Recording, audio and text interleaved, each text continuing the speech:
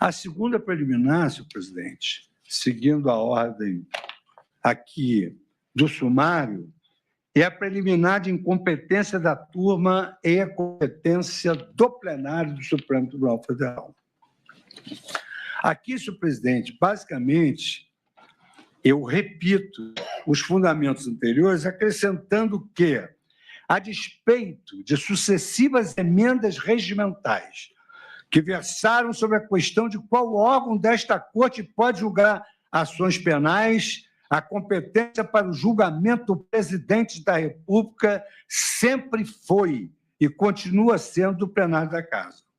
Dirão os senhores, é ex-presidente, mas está sendo julgado por tal, porque se é ex-presidente, deveria ir para o juízo de primeiro grau.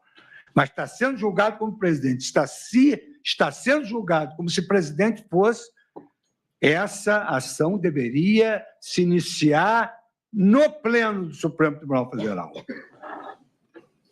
Sobre esse ponto, mercê da questão preliminar anterior que foi abordada e que eu reafirmo por uma questão de coerência, essa posição de que o presidente da República, se está sendo julgado como tal, deve ir para o plenário, é o corolário lógico da tese fixada pela diminuta maioria no julgamento da QO, diminuta maioria, no julgamento da QO, no inquérito 4787. Finalizado, gostaria de fixar a data. Vamos analisar a data dos crimes, julgamento finalizado em 11 de março de 2025. Daí porque entendo prevalente, porque não foi modificada, a redação do artigo 5º do nosso regimento interno. Compete ao plenário processar e julgar originariamente, nos crimes comuns, o presidente da República e o vice-presidente da República, o presidente do Senado, o presidente da Câmara dos Deputados, os ministros do Supremo Tribunal Federal e o procurador-geral da República. Essa decisão de 2025 não alterou a emenda que é de 2023. Considerando a cronologia dos fatos supostamente executórios, a denúncia abarca o período de 29 de julho de 2021 a 8 de janeiro de 2023. Nesse intervalo, a autoridade que deteria competência de foro exercia o cargo de presidente, o que mantém a competência do Supremo para o julgamento, mas vencida a primeira preliminar no próprio plenário do Supremo Tribunal Federal. Faço um histórico sobre a modificação das emendas. Destaco, não obstante as alterações regimentais, o artigo 5º do Regimento Interno sempre manteve a competência do plenário para o processo de julgamento do presidente da República em crimes comuns. Há uma razão fundamental para isso.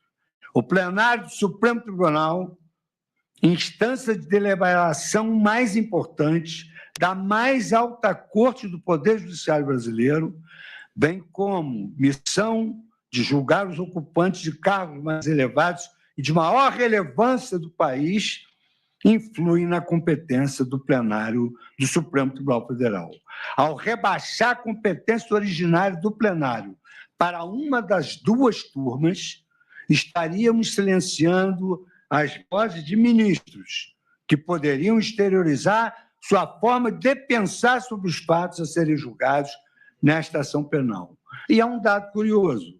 A Constituição Federal, em razão do número diminuto, somos 11 ministros, ela não se refere a turmas, ela se refere ao plenário. E seria realmente ideal que tudo fosse julgado pelo plenário do Supremo Tribunal Federal, com a racionalidade funcional que hoje nós temos por força dos nossos instrumentos digitais e de tecnologia e de inteligência artificial. Assim, partindo da premissa de que compete ao plenário o julgamento das ações penais contra alguém que está sendo julgado como presidente da República, e aqui, admitindo-se, isso é importantíssimo, o primeiro caso que foi julgado foi no plenário. O plenário do Supremo Tribunal Federal julgou o primeiro caso de uma pessoa, de um cidadão carente no plenário do Supremo Tribunal Federal. Um homem sem qualquer prerrogativa de foro.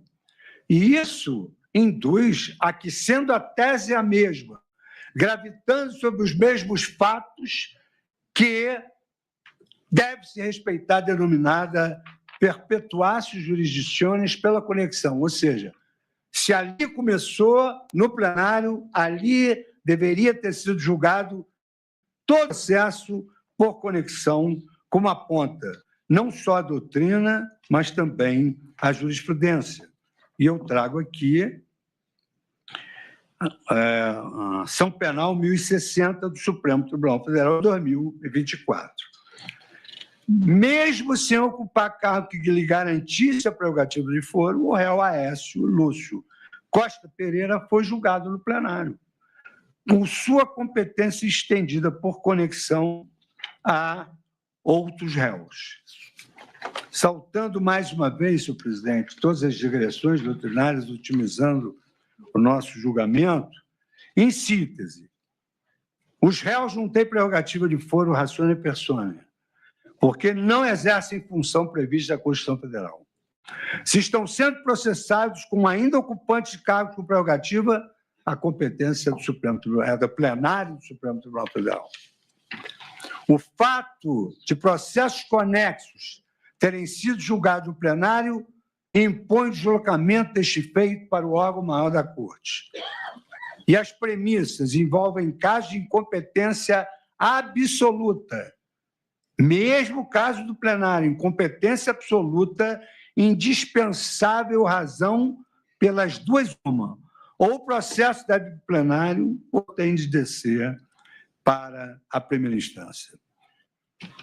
Assim sendo, senhor presidente, eu também acolho essa preliminar de incompetência absoluta da primeira turma e, na forma do artigo 567 do Código de Processo Penal, eu também declaro a nulidade de todos os atos praticados por este Supremo Tribunal Federal. É possível também que haja uma divergência, que são os atos decisórios. Então, se passaria o processo para o pleno e ele, então, decidiria essa questão relativa à incompetência.